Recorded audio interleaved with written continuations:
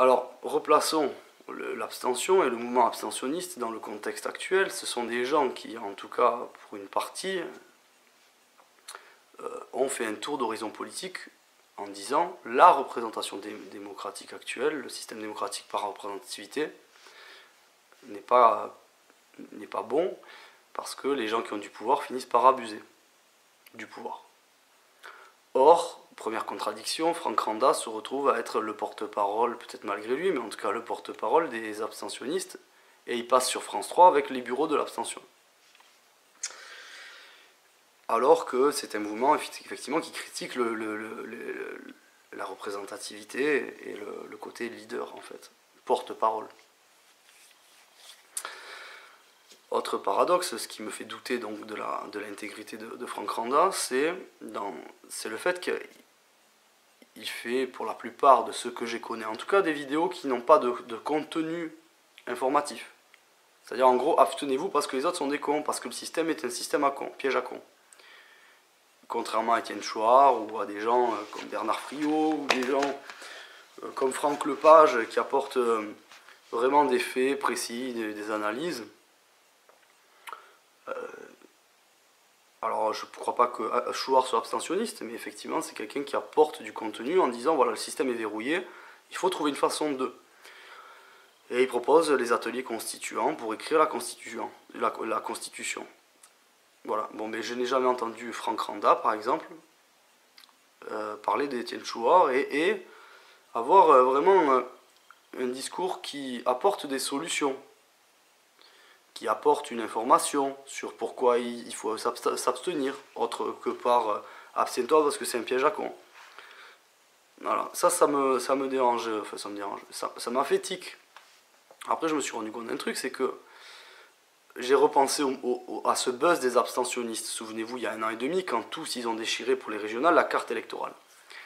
Et sur le moment, j'ai dit, ouais, sacré buzz, la femme qui avait initié ça, elle a fait 12 millions de vues, putain, c'était énorme. Et puis j'y ai repensé, parce qu'entre-temps, moi j'ai été en contact, c'est pas moi mais il s'est avéré que j'ai été en contact avec tout un ensemble de groupes de la dissidence. On était réunis sur une espèce de forum virtuel à l'initiative d'un ami abstentionniste, que je salue au passage. Et donc cet ami était venu me voir, il m'a dit voilà, t'es un peu pro-UPR, mais ici on est apolitique, on est plutôt pour l'abstention, est-ce que ça te dit quand même d'avoir une démarche citoyenne, d'unité, tu fais des vidéos qui marchent un petit peu sur internet, etc.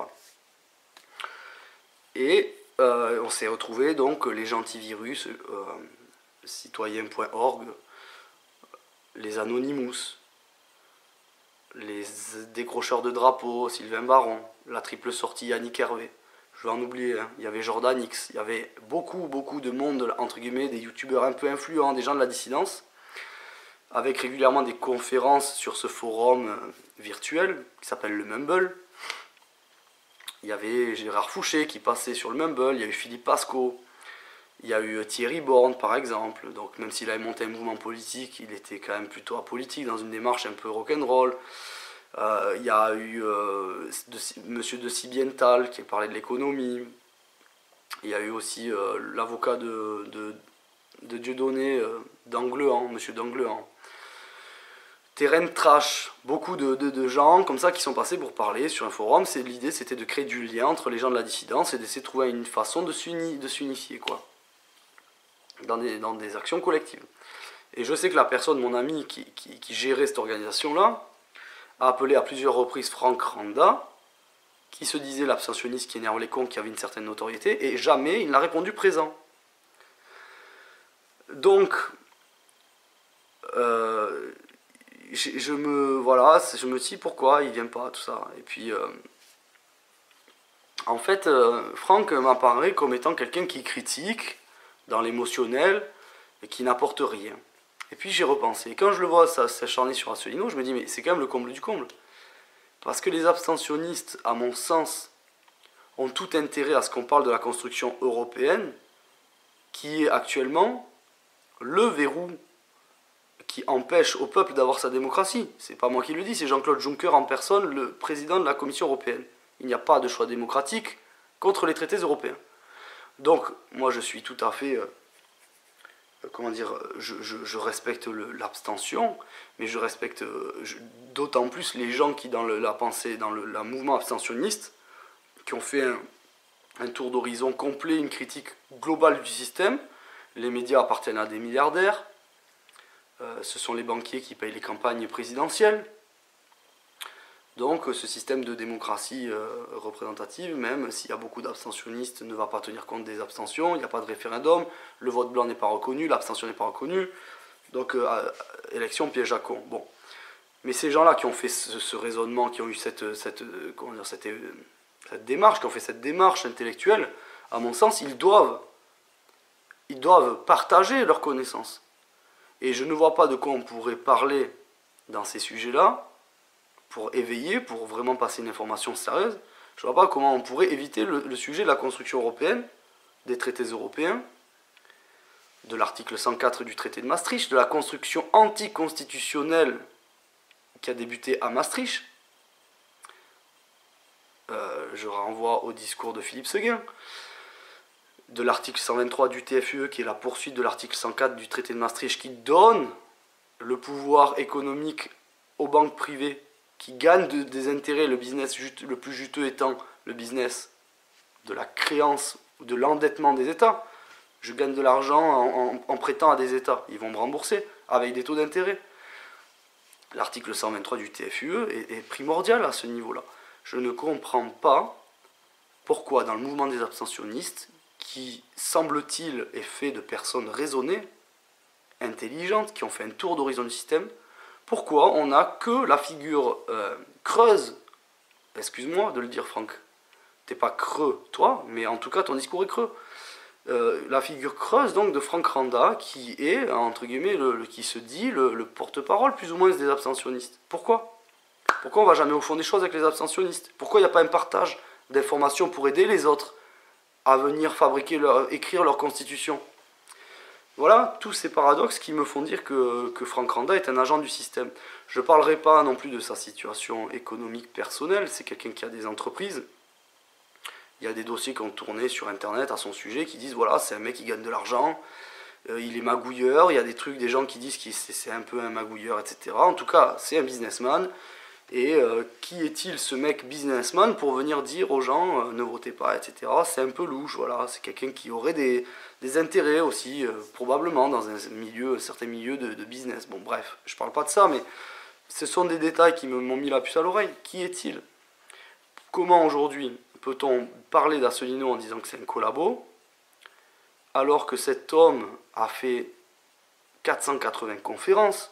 Je veux dire, même s'il est posté par le système, admettons, mais il faut vraiment se la gagner pour aller faire pendant 10 ans des conférences, se faire ridiculiser à la télé, à la radio, c'est-à-dire étaler sa connaissance, partager sa connaissance face à un ramassis de cerveau bloqué, verrouillé, fermé, et de mauvaise foi, tout ce contrôle médiatique. Je veux dire, Asselineau, c'est pas comme un autre candidat, c'est la personne la plus blacklistée de l'histoire de la politique française, je pense. Et ça, il ne faut pas être intelligent pour le voir. N'importe qui, ma copine, elle regarde, c'est pas qu'elle n'est pas intelligente, mais elle aime bien Patrick Cohen, elle regarde Cohen avec la dernière interview d'Asselineau, elle dit c'est hallucinant, c'est abusé. Donc voilà, Franck Randa, tu as un discours, tu n'étayes rien, tu ne donnes pas d'arguments quand tu parles d'Asselineau, tu fais dans l'émotionnel, tu pousses ton coup de gueule, donc il y a beaucoup de gens qui te suivent pour ces coups de gueule. Mais pour moi, tu fais comme Mélenchon, c'est-à-dire Mélenchon qui écrit sur ses affiches l'Europe de Merkel, on n'en veut pas, changeons-la, sortons des traités. C'est-à-dire, changeons, renégocions l'Union Européenne et sortons des traités, tout ça sur la même affiche. Ce qui n'a pas de sens. Alors, du point de vue de Jean-Luc Mélenchon, je n'ai pas de doute, cette personne qui a passé 50 ans en politique, elle sait à la virgule près, la façon dont il manie la langue française, il sait quand c'est paradoxal, quand c'est pas précis, quand c'est trompeur sur ses affiches. Ça, il le sait. J'ai pas de doute là-dessus. Je respecte assez son intelligence et je reconnais assez l'intelligence de cet homme pour être sûr à 400% que Mélenchon manipule les gens sur la sortie de l'Union Européenne. C'est d'ailleurs pour ça qu'il est là où il est aujourd'hui. Mais quant à toi, Franck, j'ai une considération pour toi aussi parce que tu es quelqu'un qui communique et tu as su intéresser les gens en faisant un certain buzz. Alors soit t'es couillon, tu te rends pas compte, mais je crois pas. Soit tu es un agent. Et quelque chose qui me laisse penser aussi que tu es un agent, peut-être malgré toi, c'est le fait que, comme le buzz des abstentionnistes qui a fait des millions de vues, mais aujourd'hui, pour faire des millions de vues sur Internet, il ne faut pas être anti-système. Moi, je connais des gens comme Robert Ferreres, de la page Facebook Tous Unis pour la démocratie, tous pour la démocratie directe. Éric de Seigne, Tous Unis contre les banques. Ces gens-là, j'ai discuté avec eux. Je connais, j'ai moi-même été boycotté par Facebook, YouTube, j'ai moi-même été traqué par des hyènes du renseignement général sur mon Facebook. Je le sais. Je sais qu'il y a un vrai boycott des comptes Facebook, des comptes YouTube, que ces gens-là qui font vraiment chier le système, ils se font vraiment emmerder. Tu vois? Eh ben, toi, tu as fait 6 millions de vues. Tu as fait une vidéo Facebook qui a fait 6 millions de vues. De ce que je me souviens, au moins 6 millions de vues. Les abstentionnistes, ils ont fait des douzaines de millions de vues. La seule femme en question. Et ça m'a mis la puce à l'oreille parce que je me rends compte que c'est impossible que quelqu'un qui dérange le système fasse autant de millions de vues. C'est impossible. La vidéo de La Baronne qui a fait une vidéo sur Facebook, je suis l'avocate de Fillon, elle a fait un énorme buzz. Et c'est voulu, c'est le moment où on défonçait Fillon à la télé. Donc en fait le système, soit il boycotte les informations qui les dérangent, Union Européenne, UPR, etc. Soit il booste les publications qui l'arrangent. Alors vous allez me dire, oui mais avec de l'argent on peut booster. Ça m'étonnerait que Franck booste ses publications pour faire 6 millions de vues. Ça m'étonnerait que les abstentionnistes qui ont déchiré leur carte électorale aient payé sur Facebook pour faire des vues. Ça m'étonnerait. Et même s'ils avaient payé, ils n'auraient pas pu faire autant de millions de vues. Ce n'est pas possible. Moi, j'affirme ici, haut et fort, techniquement, c'est impossible. Je connais assez de gens de la dissidence qui dérangent vraiment avec leurs publications, qui n'arriveraient pas à la cheville de ce genre de propagation et de buzz sur Internet. C'est impossible. Donc, je pense que Franck Randa, il est soit utilisé par le système, ça c'est sûr, pour que ses publications soient boostées, c'est-à-dire un message émotionnel qui dit abstenez-vous, mais rien d'autre. Ça arrange le système, les abstentionnistes. Hein. Pourquoi? Parce que les abstentionnistes sont des gens qui sont humanistes. Ce sont des gens qui veulent une paix, une unité et une démocratie dans le pays. Et ce sont des gens qui souvent ont une intelligence, ont compris le fonctionnement du système. Donc ce sont des gens qui devraient être à l'origine du changement. C'est un peu ce que fait Étienne Chouard. Mais le système, du coup, a tout intérêt à mettre de côté ces gens-là, comme il a tout intérêt à récupérer les gens de gauche pour les faire voter Mélenchon. Bien sûr. Comment vous expliquer que on est dans une campagne, il y a plus de gens de gauche, où on ne parvient pas à avoir un gouvernement qui fasse du social. Comment vous l'expliquez ça? Donc c'est bien les traités européens, c'est bien ce qu'explique l'UPR. Il ne faut pas voir le plus loin que l'article 123 du TFUE, les banques, on a une politique libérale et bancaire parce que c'est inscrit dans une constitution supranationale qui a commencé à Maastricht, article 104, et qui donne les pouvoirs avec l'article 123 du TFUE, ni plus, ni moins. Moi, je ne comprends pas qu'un mec comme Franck Randa, qui fait 6 millions de vues, qui se dit défenseur du peuple, etc., porte-parole de je sais pas quoi, ne parle jamais de l'article 123 du TFUE. Voilà, pour moi, ça n'a pas de sens. Donc, soit, Franck, tu es un troll indirect du système, c'est-à-dire que le système utilise tes publications pour diviser les gens humanistes qui pourraient entamer quelque chose pour changer les choses, soit tu es un troll direct, et c'est ce que je finis par penser, c'est-à-dire que tu es payé, tu es un renseignement général, je sais pas quel agent tu es, mais tu es un agent payé pour défoncer Asselineau. Parce que le dernier des mecs que tu devrais défoncer, c'est Asselineau. Parce que moi, personnellement, la politique, je m'en fous, mais ce qui me fait plaisir, c'est d'avoir le débat sur l'Union Européenne sur la table, et c'est pour ça que j'aide l'UPR. Ça, c'est important pour moi. Parce que c'est un motif d'éveil, et que, voilà, moi, je me suis éveillé à travers les questions politiques, notamment, et j'estime que c'est un peu de mon devoir de partager cette connaissance-là.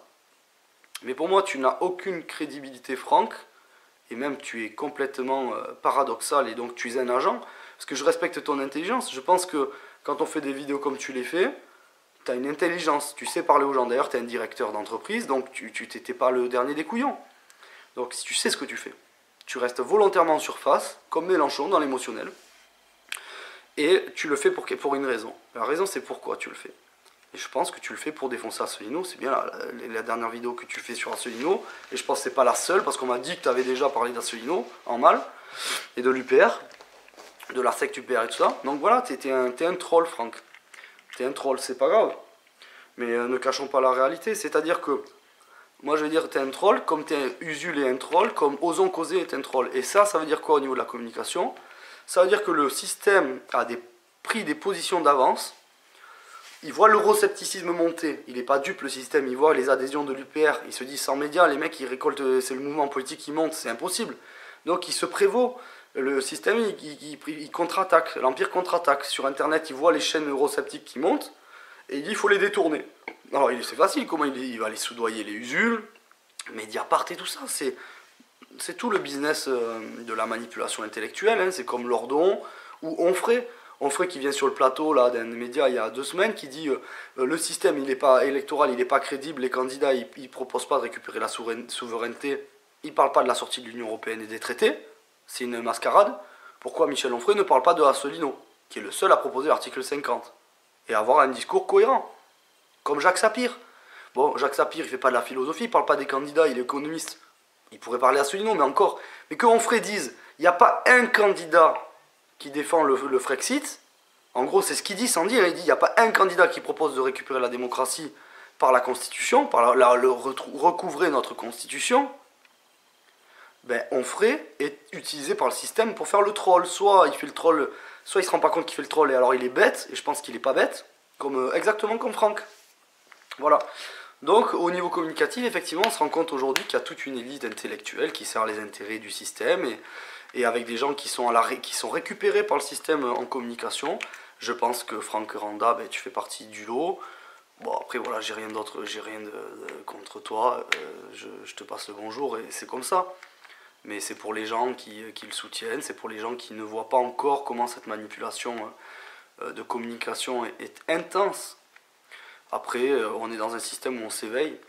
Et puis je sais que la politique, c'est pas là, tout ça, c'est rien contrairement aux événements qui peuvent attendre l'humanité. D'ailleurs, d'heureux événements.